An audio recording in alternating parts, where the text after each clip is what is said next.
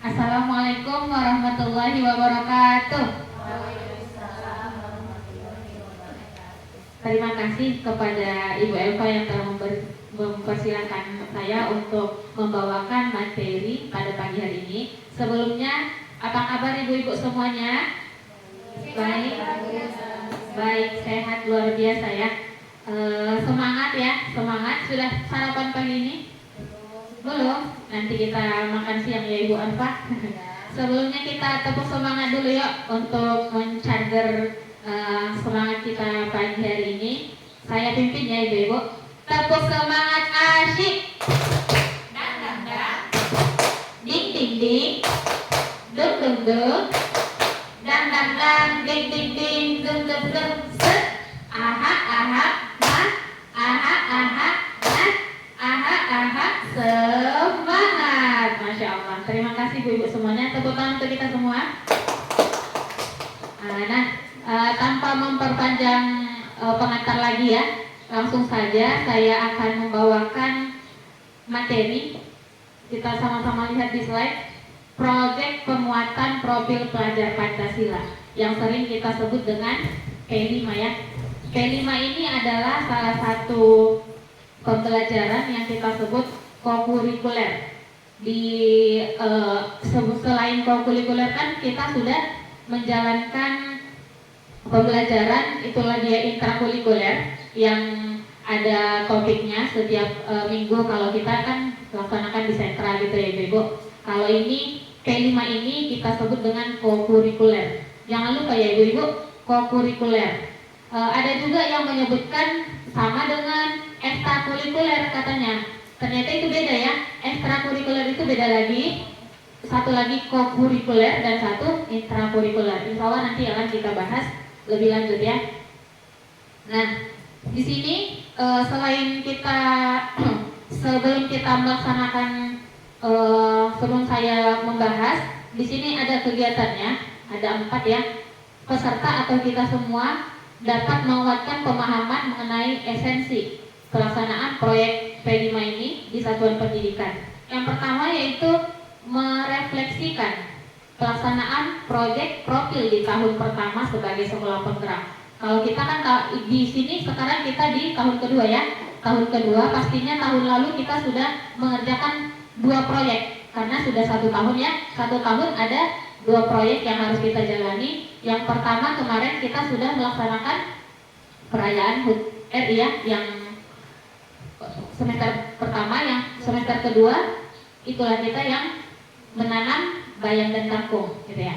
Yang kedua, menganalisis miskonsepsi pelaksanaan proyek penguatan profil pelajar Pancasila di satuan pendidikan. Ternyata yang kami dapat dari bulan lalu kami lokakarya, ada beberapa miskonsepsi yang selama ini kita tahu dan kita laksanakan ternyata itu salah.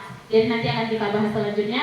Yang ketiga, merancang asesmen proyek yang efektif menyasar profil pelajar Pancasila. Jadi nanti setelah kita bahas materi ini, kita akan merancang asesmen dan juga modulnya nanti yang akan dilanjutkan oleh Bu Efri. Dan yang terakhir, mengoptimalkan kegiatan proyek penguatan pelajar Pancasila yang berdampak kepada murid. Artinya apa?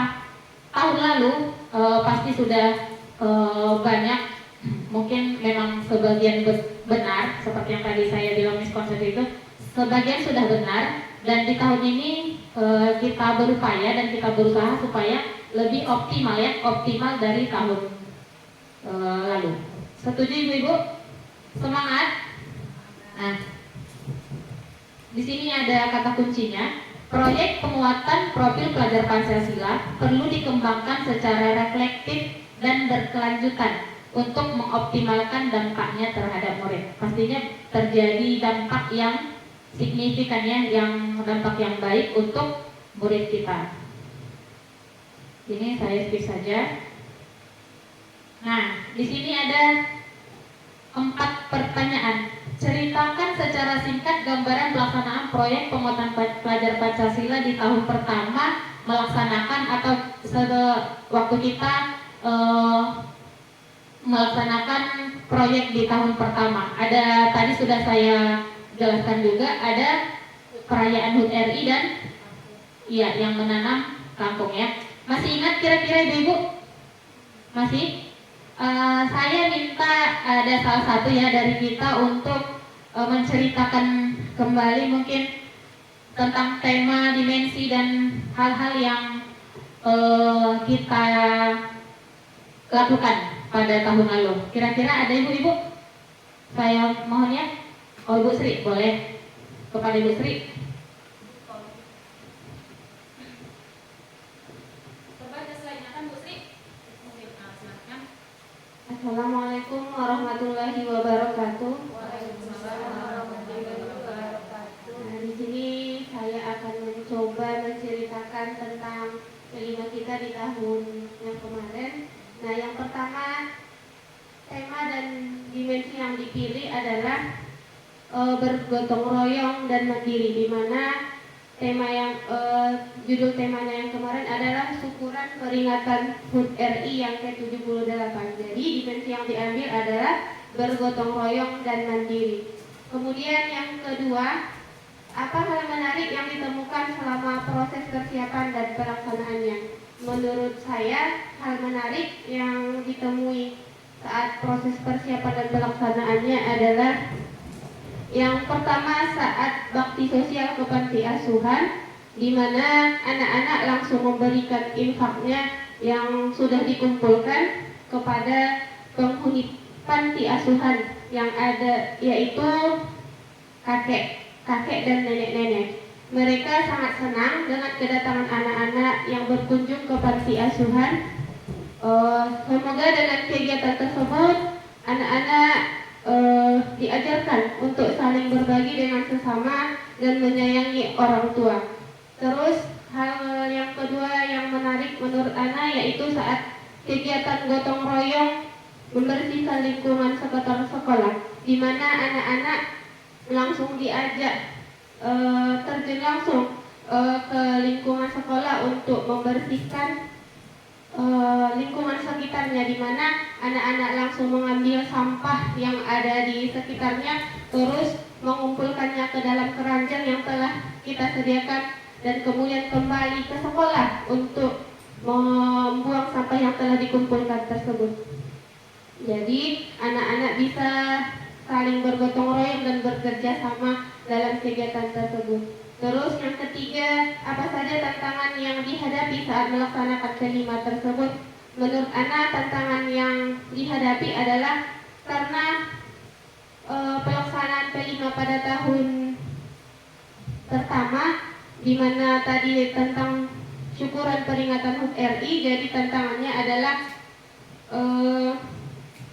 karena masih awal tahun ajaran baru, di mana yang dilaksanakan itu pada bulan Agustus ya. Jadi anak-anak masih kurang terkontrol ataupun kematangannya masih kurang baik secara emosionalnya ataupun kematangan fisik motoriknya, begitu Bu. Terus yang keempat, apa yang sudah berhasil dan masih perlu diperbaiki? Kalau menurut Ana, semua kegiatan yang sudah dirancang itu sudah kita lakukan. Jadi menurut saya sudah berhasil. Kayak gitu Bu. Terima kasih. Assalamualaikum warahmatullahi wabarakatuh. Waalaikumsalam warahmatullahi wabarakatuh. Ya, terima kasih kepada Ibu Sri. Kita beri aplaus ibu-ibu. Ada tepuk good job, bisa? Tepuk good job. G double O D J O B. G double O D J O B. Good job. Untuk Bu Sri, good job untuk Bu Sri, Masya Allah. Nah, tadi dari cerita Ibu Sri, hal menariknya sudah ada, tantangannya ada, dan juga sudah berhasil menurut Ibu Sri ya, sudah berhasil sesuai dengan apa yang sudah kita rancang sebelumnya, yaitu modul P5-nya gitu ya. Nanti akan kita bahas apa saja tadi kata Ibu Sri. Anak-anak langsung terjun. Itu artinya berarti anak-anak melaksanakan P5 itu dengan cara konseptual, langsung nyata ke ke lapangan seperti dia. Nanti akan kita bahas selanjutnya. Kita lanjut ya ibu-ibu. Nah, di sini ada profil pelajar Pancasila yang memang tidak asing lagi ya bagi kita. Tidak asing. Ada berapa ibu-ibu? Ada 6. Ada lagunya kan? Masih ingat? Masih ingat kira-kira? Boleh kita baca aja dulu ya. Profil pelajar Pancasila yang pertama yang mana ibu-ibu? Iya. Beriman, bertakwa kepada Tuhan Yang Maha Esa, berakhlak mulia, dan yang kedua yang mana? Berkebinekaan global. Berarti dia kesini ya. Berkebinekaan global. Ketiga gotong royong. Keempat kreatif. 5 bernalar kritis, dan yang keenam mandiri. Kita perlu menggarisbawahi yang di bawah ini ibu-ibu. Pelajar Indonesia merupakan pelajar sepanjang hayat yang kompeten, berkarakter, dan berperilaku sesuai nilai-nilai Pancasila. Nilai Pancasilanya yang mana? Inilah dia ya. Di sini lagunya. Masih ingat ya? Lagu kalau syairnya dari lagu Tamasya. Masih ingat ya? 1, 2, 3 ya. Pelajar Pancasila beriman dan bertakwa pada Tuhan Yang Esa, dan berakhlak mulia, berkebinekaan global, gotong royong mandiri, kreatif dan bernalar kritis. Sepertinya yang dulu sudah hafal sekali kita ya, mungkin karena jarang kita bawakan jadi sudah lupa. Jadi ibu-ibu, saya mengingatkan kembali terutama memang kepada diri saya supaya ini lebih seringlah kita nyanyikan di anak-anak, apalagi minggu-minggu ini kan kita lagi melaksanakan proyek P5 ya. Jadi kalau bisa sering-sering kita nyanyikan ke anak-anak supaya tetap tertanam seperti itu. Ada juga tepuknya supaya tidak lupa. Ada kan sebagian orang itu terbalik-balik karena memang dari huruf awalnya P semua ya. Nanti dibilangnya profil duluan atau dibilang Pancasila duluan. Jadi yang ini, proyek dulu, penguatan profil pelajar Pancasila gitu. Kita tepuk-tepuk dulu ya. Tepuk P5, profil, penguatan. Lupa, kita ulangi. Tepuk P5, proyek, penguatan, profil, pelajar Pancasila. Ya, terima kasih ibu-ibu semuanya. Nah, di sini ada gambaran pencapaian profil pelajar Pancasila di satuan pendidikan. Sama-sama kita lihat, profil pelajar Pancasila adalah karakter dan kemampuan yang dibangun dalam keseharian dan dihidupkan dalam diri setiap individu, peserta didik melalui budaya satuan pendidikan, pembelajaran intrakurikuler, proyek penguatan profil pelajar Pancasila, dan ekstrakurikuler. Ini yang tadi saya bahas di awal ya. Ada 3 pembelajarannya. Pertama, intrakurikuler, proyek penguatan profil pelajar Pancasila, itulah yang disebut kokurikuler. Ya, itu perbedaannya ya. Dan yang terakhir, ekstrakurikuler. Ekstrakurikuler ini contohnya apa?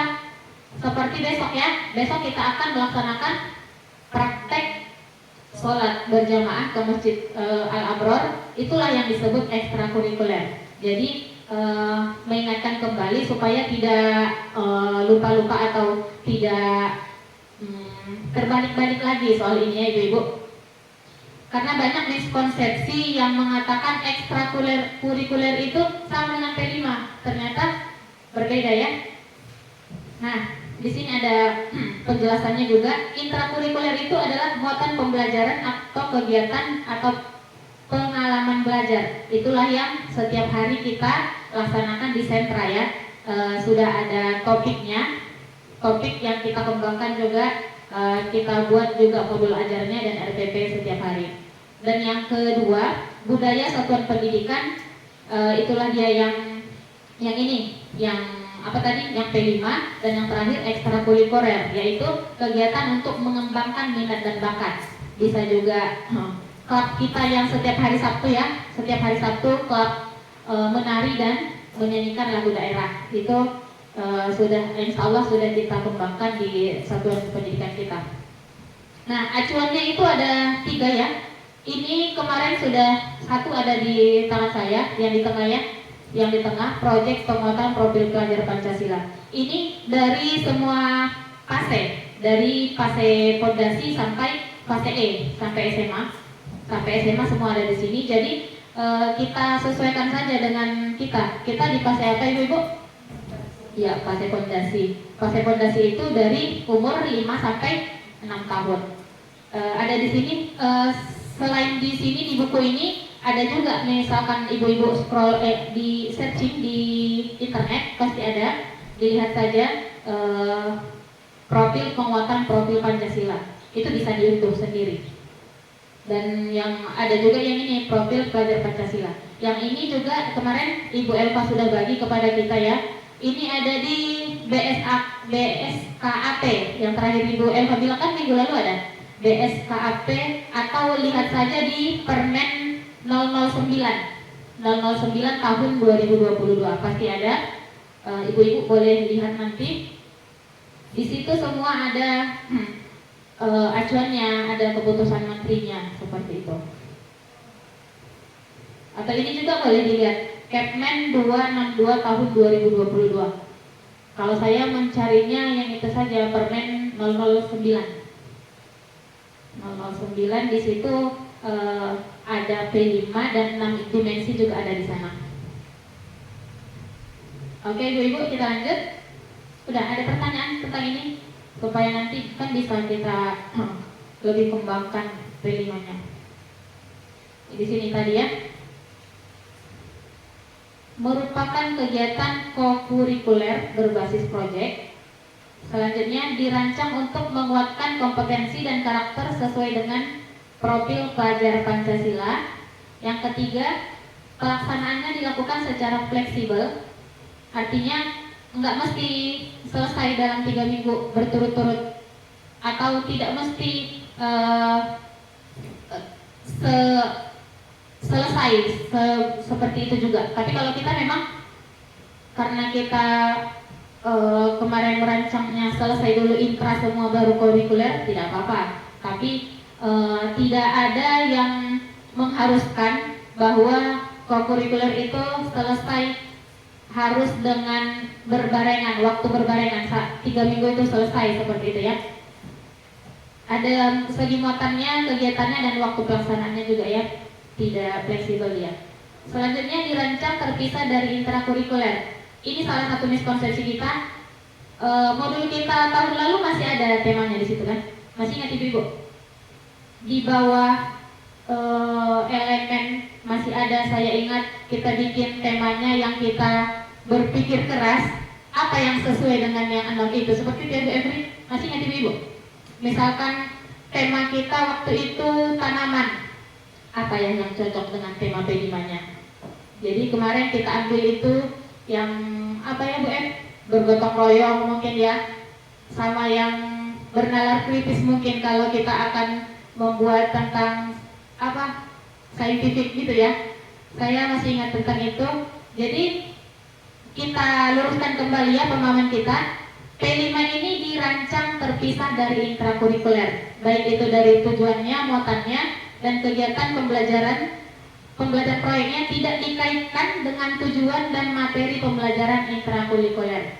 Jadi harus dipisah ya. Seperti itu ya ibu-ibu. Yang terakhir, satuan pendidikan dapat melibatkan masyarakat. Itulah dia, mungkin tetangga atau siapapun yang ada di lingkungan ini, atau dunia kerja untuk merancang dan menyelenggarakan proyek penguatan profil pelajar Pancasila. Misalkan kita di Padang Sidimpuan ini ada paguyuban atau mungkin komunitas-komunitas tentang adat yang memang sudah mumpuni di bidangnya, boleh kita libatkan mereka seperti itu. Tapi mungkin karena di kota kita belum ada ya, jadi kita merancang sendiri dan boleh mengambil dari internet atau dari PMM mungkin untuk pelaksanaan P5 ini. Nah, pengembangan proyeknya itu ini tadi yang saya sebutkan, yang kata Ibu Sri kan anak-anak terjun langsung mengikuti semua rangkaian kegiatannya. Itulah dia yang konseptual ya, konseptual. Di sini ada 4. Yang pertama, holistik, kontekstual, eksploratif, dan berpusat pada murid. Kita bahas di sini ya ibu-ibu. Nah, yang holistik berarti kita dan anak-anak itu merancang segala sesuatu secara keseluruhan serta memahami persoalan dengan mendalam. Jadi tidak hanya satu saja yang kita lihat, bukan saja hanya segi luarnya yang kita lihat, tapi semua dalam-dalamnya juga harus kita pandang. Apa sih seperti itu. Yang kedua, kontekstual. Ini tadi yang dibilang Ibu Sri, terhubung dengan keadaan nyata, menjadikan lingkungan dan realitas kehidupan sebagai bahan utama pembelajaran. Jadi apa yang dilakukan anak-anak tahun lalu itu dan tahun sekarang ini pasti akan menjadikan dia sebagai bahan pembelajaran pastinya, ya kan? Yang ketiga, berpusat pada peserta didik, yaitu peserta didik sebagai subjek, dialah yang melakukan itu ya. Pembelajaran aktif yang memberi banyak kesempatan untuk peserta didik dalam mengeksplorasi dorongan diri sendiri sesuai dengan kondisi dan kemampuannya. Jadi kan waktu kita gotong royong juga pasti beda-beda setiap anak ya. Tidak semua banyak dapatnya sampah itu atau banyak dapatnya ranting-ranting itu. Seperti itu ya. Berbeda-beda. Yang terakhir, eksploratif, berhubungan dengan semangat untuk membuka ruang bagi proses pengembangan diri. Dari 70 anak kita pastinya berbeda-beda ya, berbeda-beda proses pengembangan dirinya juga berbeda-beda semangatnya. Ada memang kalau kita ajak untuk kebersihan dia semangat sekali. Ada yang sedikit saja udah capek Bu, seperti itu ya. Jadi berbeda-beda. Sampai sini ada pertanyaan Ibu? Kita lanjut ya. Nah, di sini ada alur perencanaan proyek profilnya. Yang pertama, membangun tim fasilitator proyek penguatan profil pelajar Pancasila. Jadi kalau kita tahun pertama sudah disusunnya Ibu Elva tim fasilitatornya, perlu saya beritahu juga tim fasilitator atau ketua dari P5 ini itu tidak boleh kepala sekolah Ibu-ibu. Jadi harus ada satu guru yang memang bertanggung jawab untuk ini. Seperti itu ya. Harus di SK-kan juga. Ada SK-nya. Jadi ini memang harus formal dia, tidak bisa main-main seperti itu. Yang kedua, mengidentifikasi tingkat kesiapan satuan pendidikan. Jadi kepala satuan pendidikan itu bersama timnya tadi merefleksikan dan menentukan tingkat kesiapan satuan pendidikan. Bagaimana kesiapan kita untuk melaksanakan proyek ini, seperti itu. Yang ketiga, merancang dimensinya. Jadi yang pertama kita ambil dimensi dulu. Setelah itu kita ambil temanya. Jadi apa yang Ibu? Yang pertama dimensi dulu ya. Dimensi dulu, baru temanya. Terus kita alokasikan waktunya. Alokasi waktu, saya ingatkan lagi seperti pembahasan kita yang lalu. Kalau tahun lalu yang kita tahu alokasi waktu P5 itu berapa minggu Ibu-ibu? Hanya 1 minggu ya, 1 minggu atau lebih. Ternyata setelah kami lokakarya kemarin itu ada cara penghitungannya. Jadi kalau kita di PAUD itu 3 minggu. Nanti kita bahas kembali di slide selanjutnya. Ada 3 minggu alokasi waktunya untuk pengerjaan proyek Pancasila ini. Seperti itu ya. Jadi ingat ya Ibu-ibu, miskonsepsi yang sebelumnya hanya 1 minggu atau lebih, berarti sekarang 3 minggu ya, 3 minggu. Dan yang keempat, menyusun modul atau rencana pengajaran proyek profil. Jadi kita timnya ini menyusun proyek profil sesuai tingkat kesiapan seperti yang tadi ya, pendidikan dengan tahapan menentukan subelemennya atau tujuan proyeknya. Selanjutnya mengembangkan topik, lalu kita buat alurnya dan durasi proyeknya, serta mengembangkan aktivitas dan asesmen proyek. Nanti akan kita bahas dari Bu Efri ya. Yang terakhir kita merancang strategi pelaporan hasil proyeknya. Jadi timnya ini bersama ibu-ibu guru semuanya merencanakan strategi pengelolaan dan pelaporan hasil proyek. Nah, saya ingatkan kembali juga proyek ini tidak boleh dilaksanakan atau tidak bisa dikerjakan hanya satu guru atau satu orang. Jadi kita itulah gunanya timnya ya, tim fasilitator yang ada satu orang sebagai koordinatornya, seperti itu. Ini adalah ada 4, berarti ini adalah temanya ya. Tema project profil Pancasila. Yang pertama, aku sayang bumi. Yang kedua, aku cinta Indonesia. Yang ketiga, kita semua bersaudara. Dan yang keempat, imajinasi dan kreativitasku. Kalau minggu ini kita lagi melaksanakan budaya. Kira-kira yang mana itu tema yang kita ambil kemarin? Yang aku cinta Indonesia ya. Nah, di sini contoh pengembangan topik di jenjang PAUD, kebersihan lingkungan, berarti temanya aku sayang bumi. Kalau untuk tanaman kesayangan, yang aku sayang bumi, juga air bersih, aku sayang bumi. Seperti ini ya. Nanti misalkan kita mengerjakan P5 untuk tahun depan, boleh kita lihat saja yang ini ya ibu-ibu, supaya tidak salah. Nanti kita lihat yang ini saja. Perayaan Hari Kemerdekaan, berarti yang sekarang kita laksanakan, kita ambil tema yang aku cinta Indonesia. Ini ya. Untuk semester depan kita ambil yang ini ya ibu-ibu, yang kita apa ibu Efri? Ekoprint, yang ini ya, yang imajinasi dan kreativitas yang kan Bu Efri. Ini tadi yang saya jelaskan di awal. Kalau PAUD itu kita melaksanakan satu atau dua proyek dalam 1 tahun. Berarti karena kita ada 2 semester dalam 1 tahun, berarti 1 semester kita melaksanakan 1 proyek gitu ya. Pemerintah tidak menentukan jumlah alokasi waktunya. Namun tim fasilitator perlu mengalokasikan waktu yang memadai agar peserta didik dapat mencapai kompetensi profil pelajar Pancasila. Ini tadi yang digarisbawahi. Memang pemerintah tidak menentukannya, tapi ada hitung-hitungan yang mengharuskan kalau di fase PAUD itu 3 minggu atau berapa hari kan? 15 hari, 13 gitu. Sedangkan yang untuk fase lainnya ada ini kan, SD beda, SMP juga beda, SMA juga beda, seperti itu. Bahkan SMA dan SMK juga berbeda ya Ibu. Nah, tergantung itunya ya. Karena memang temanya juga untuk di SMK beda lagi. Di SMK ada tambahnya dengan kewirausahaan kalau tidak salah. Untuk menyusun proyek profil penyuatan Pancasila, yaitu pendidik memiliki keleluasaan untuk membuat sendiri, memilih dan memodifikasi modul proyek untuk yang tersedia sesuai dengan konteks, karakteristik serta kebutuhan peserta didik. Pemerintah menyediakan contoh-contoh modul proyek pemuatan profil pelajar Pancasila yang dapat dijadikan inspirasi untuk satuan pendidikan. Jadi salah satu cara yang bisa kita lihat di internet atau di PMM ya. Di PMM pasti sudah divalidasi, sudah benar. Kita boleh mengambil sebagai acuan seperti itu.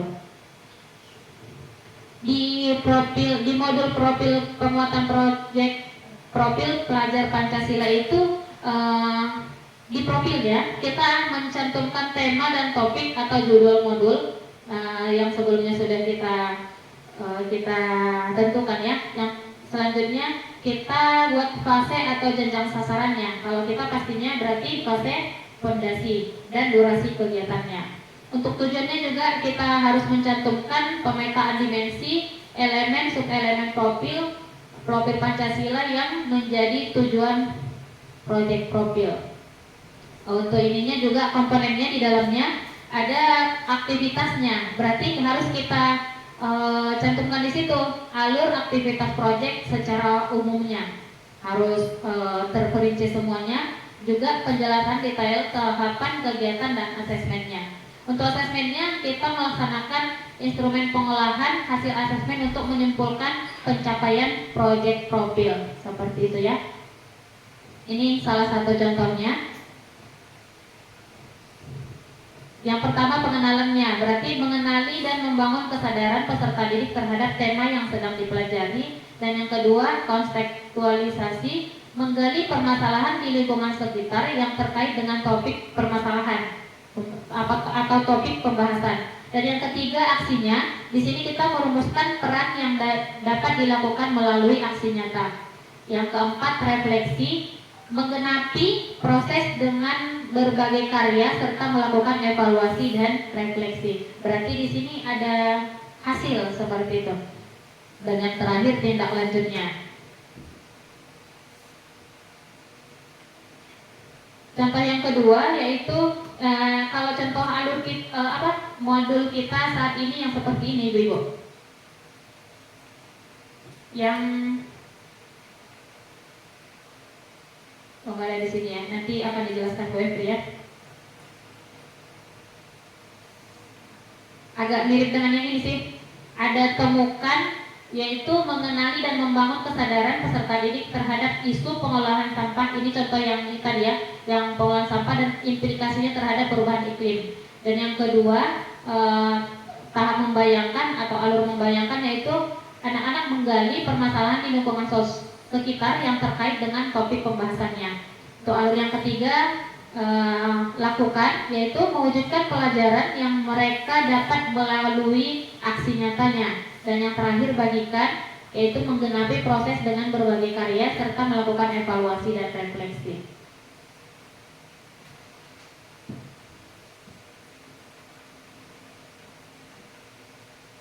Yang ini dia. Kalau modul kita seperti ini. Nanti akan dijelaskan Bu Efri ya.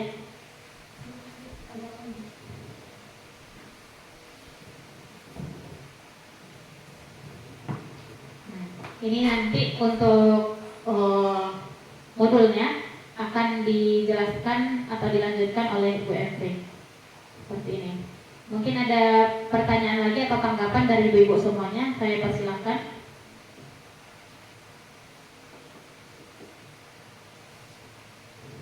Untuk modul kita yang seperti ini kan Bu Efri, modul P5 yang tahun sekarang seperti ini. Karena memang kita berbeda dari tahun lalu, seperti yang tadi kan tujuannya kita harus berbeda atau melakukan perubahan seperti itu. Mungkin kalau tidak ada lagi akan dilanjutkan oleh Ibu Efri. Kepada Ibu Efri dipersilahkan.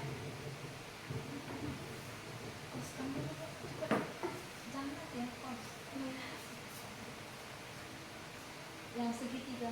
Iya Bu, iya. Mulai. Topik pembahasan selanjutnya, rancangan asesmen proyek yang efektif menyasar profil pelajar Pancasila. Di sini ada gambaran tentang rapor proyek profil.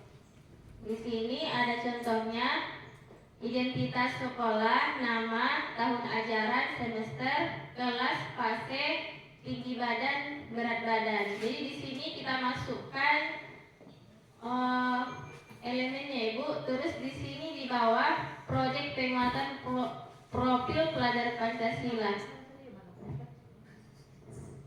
Terus cara membuat rapor proyeknya berupa deskripsi ya Ibu-ibu. Deskripsi tentang kemunculan kompetensi anak. Baru di sini pelaporan akhir di jenjang berupa ada rubriknya. Ada 4 ya, mulai berkembang, sedang berkembang, berkembang sesuai harapan, dan sangat berkembang. Ini Bu, contoh yang di samping ini ya. BB, MB, BSH, dan SB. Terus di sini optimalisasi asesmen project profil. Ada 4. Yang pertama, memastikan adanya keselarasan antara tujuan, aktivitas, dan asesmen project. Yang kedua, mengoptimalkan asesmen formatif untuk membantu murid mencapai tujuan proyek. Yang ketiga, menekankan pelaksanaan asesmen berbasis kinerja. Yang keempat, menggunakan instrumen asesmen yang beragamnya. Di sini ada rubrik, daftar cek, catatan pengamatan, portofolio, dan sebagainya. Yang pertama yang kita bahas di sini, memastikan adanya keselarasan antara tujuan aktivitas dan asesmen proyek. Jadi yang pertama harus kita tentukan dulu apa tujuan, apa kompetensi yang akan dicapai peserta didik. Terus selanjutnya merancang asesmen. Lalu mengembangkan aktivitas. Merancang asesmen bagaimana pendidik dapat mengetahui dan mengukur ketercapaian tujuan tersebut. Jadi di sini menggunakan rubrik yang tadi ya ibu-ibu, ada jenis-jenis rubriknya kan, ada daftar checklist, catatan anekdot, portofolio dan sebagainya. Lalu mengembangkan aktivitas. Apa aktivitas belajar yang akan dilakukan untuk mencapai tujuan tersebut? Di sini untuk mengembangkan aktivitas pembelajaran itu, guru menggunakan metode backward design atau yang artinya di sini pembelajaran yang proses pembelajarannya pada pemahaman murid ya. Setelah kita ketahui, baru kita bisa menentukan tujuannya. Pembahasan yang kedua, mengoptimalkan asesmen formatif. Di sini ada 3 jenis asesmen: asesmen awal, asesmen formatif, asesmen sumatif. Yang paling penting di sini adalah asesmen formatif. Ya, guru perlu melakukan asesmen seiring berjalannya. Maksudnya di sini saat proses pembelajaran. Asesmen awal itu dilakukan untuk memetakan kemampuan awal murid untuk mencapai dimensi, elemen dan subelemen. Jadi di sini yang kita ambil nanti tujuan pembelajarannya dari subelemennya ya. Lalu yang kedua asesmen formatif. Ini seiring proses pembelajaran. Ini yang lebih utama ya ibu-ibu. Hasilnya digunakan sebagai bahan umpan balik. Jadi di sini bisa kita melihat bagaimana kemampuan anak dan untuk dijadikan sebagai umpan balik untuk mencapai tujuan pembelajarannya. Lalu asesmen sumatif. Ini dilakukan untuk menyimpulkan. Nah, kita di sini menyimpulkan bagaimana pencapaian murid terhadap tujuan pembelajaran di seluruh akhir proyek. Pembahasan yang ketiga, menekankan pelaksanaan asesmen berbasis kinerja. Jadi di proyek penguatan pelajaran Pancasila ini yang perlu ditekankan adalah berbasis kinerjanya. Jadi tidak melulu harus menggunakan asesmen tes tertulis ya, asesmen kognitifnya. Jadi harus ada asesmen berbasis kinerjanya. Di sini dengan adanya asesmen berbasis kinerja ini dapat memberikan kesempatan kepada murid untuk menunjukkan kemampuannya dengan berbagai cara, misalnya membuat poster, lagu, video, film atau lain-lainnya. Terus di sini bisa juga untuk merancang instalasi, pertunjukan, aksi kampanye, program sekolah dan lain sebagainya. Misalnya di sini kan contohnya ada tema gaya hidup berkelanjutan dengan dimensi bernalar kritis. Aktivitas muridnya bisa diambil untuk mengolah sampah. Nah, ini termasuk salah satu berbasis kinerjanya. Pembahasan yang keempat, menggunakan instrumen asesmen yang beragam. Tadi sudah saya jelaskan sebelumnya, asesmen itu banyak ya ibu-ibu. Ada rubrik, checklist, catatan anekdot. Ya, ini contohnya asesmen formatif dengan berbentuk rubrik, berbentuk kolom ya ibu-ibu. Di sini ada kriteria, dimensi, bernalar kritis. Terus di sampingnya kita buat perkembangan anaknya, apakah mulai berkembang, sedang berkembang, berkembang sesuai harapan, dan sangat berkembang. Ada juga ini bentuk checklist. Nah, di sini kita buat nama muridnya. Kriterianya di sini ada perkembangannya luar biasa, baik, dan perlu dikembangkan. Dan di sini ada bentuk checklist juga. Ini bentuk kolom. Kolom pertama kita buat dimensi dan subelemennya. Lalu ada indikator penilaiannya, hampir sama dengan yang tadi. Kita buat MB, SB, BSH, dan SB. Nah, ini hampir sama ya, kayak yang ini. Kita buat juga dimensinya, ada kompetensinya, dan ini rekapan ya ibu-ibu, direkap selama berapa hari kita melaksanakan proyek itu. Di sini ada 17 hari. Ya, ini juga hampir sama ya Ibu. Nah, topik pembahasan yang ketiga, optimalisasi kegiatan proyek yang berdampak kepada murid. Sebelum kita lanjutkan, apakah ada pertanyaan mengenai pembahasan yang kedua ini Ibu? Tentang rancangan asesmen?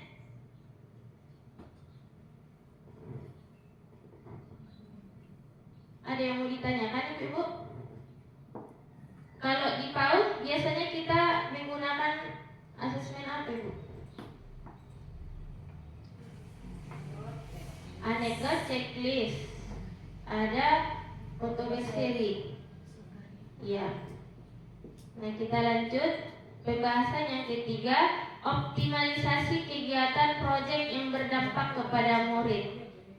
Ada 3. Yang pertama, mengoptimalkan peran guru sebagai fasilitator. Yang kedua, mengoptimalkan kesempatan murid untuk memiliki voice dan choice, pendapat dan pilihan, memiliki pendapat dan pilihan. Yang ketiga, mengoptimalkan pelibatan pihak luar sekolah sebagai sumber belajar.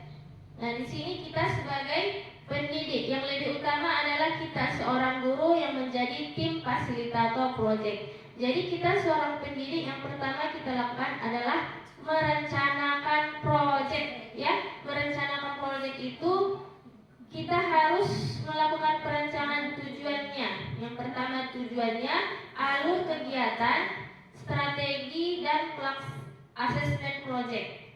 Baru kita sebagai fasilitator. Jadi kita sebagai fasilitator harus mampu memfasilitasi peserta didik untuk menjalankan proyek sesuai dengan minat anak, ya. Kita harus ingat, harus sesuai dengan minat anak, dengan pilihan cara belajar dan produk belajar yang sesuai dengan preferensi pilihan, ya, sesuai pilihan peserta didik. Baru pendidik itu sebagai pendamping. Jadi kita sebagai pendidik harus mampu membimbing peserta didik saat menjalankan proyek, menemukan isu yang relevan dan mengarahkan peserta didik dalam merencanakan aksi yang berkelanjutan. Terus pendidik itu sebagai supervisor dan konsultan. Kita harus mampu mengawasi dan mengarahkan peserta didik dalam pencapaian proyek. Yang kelima, pendidik itu sebagai moderator. Kita harus mampu memandu peserta didik dalam berbagai aktivitas diskusi. Yang kedua, mengoptimalkan kesempatan murid untuk memiliki voice dan choice. Voice di sini voice untuk berpendapat, ya, dan choose untuk menentukan pilihannya.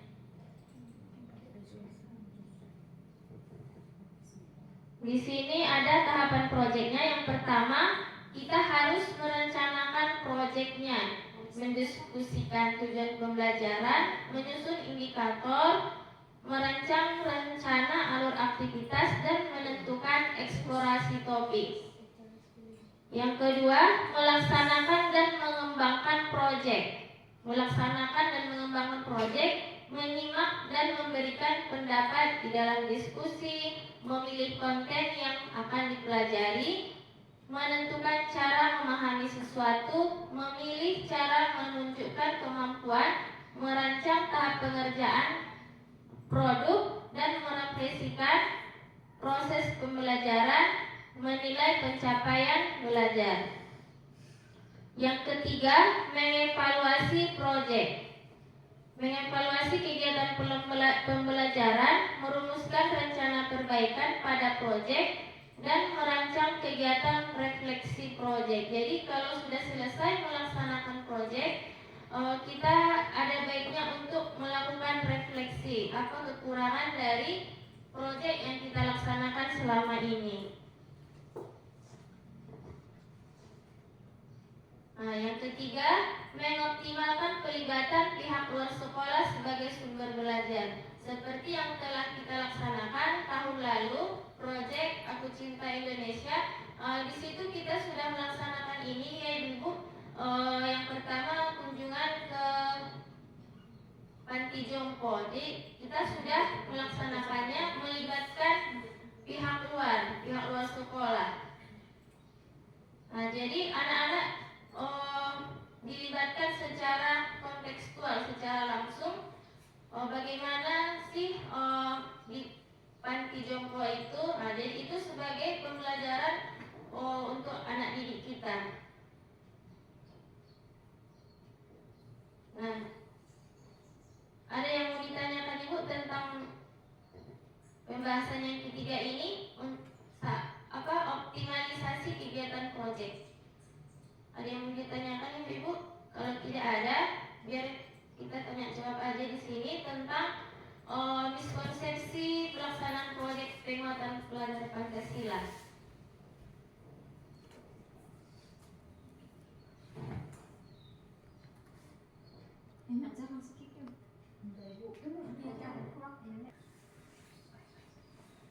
Terima kasih kepada ibu-ibu semua yang telah memberi kesempatan kepada saya. Di sini pembahasan kita tadi mengenai penguatan proyek profil pelajar Pancasila. Jadi intinya kita sudah tahu bagaimana kekurangan kita selama ini saat menyusun P5 ya. Jadi kita sudah tahu ada misalnya ada berapa dimensi yang harus kita laksanakan. Terus intra dan kurikuler itu terpisah, tidak harus disatukan ya. Lalu pelaksanaan atau alokasi waktu dari P5 ini sebaiknya 3 minggu. Kalau dulu kita melaksanakan 1 minggu. Nah, jadi dengan pembahasan ini kita sudah paham ya Ibu-ibu. Alhamdulillah. Nah, demikian yang saya sampaikan. Assalamualaikum warahmatullahi wabarakatuh.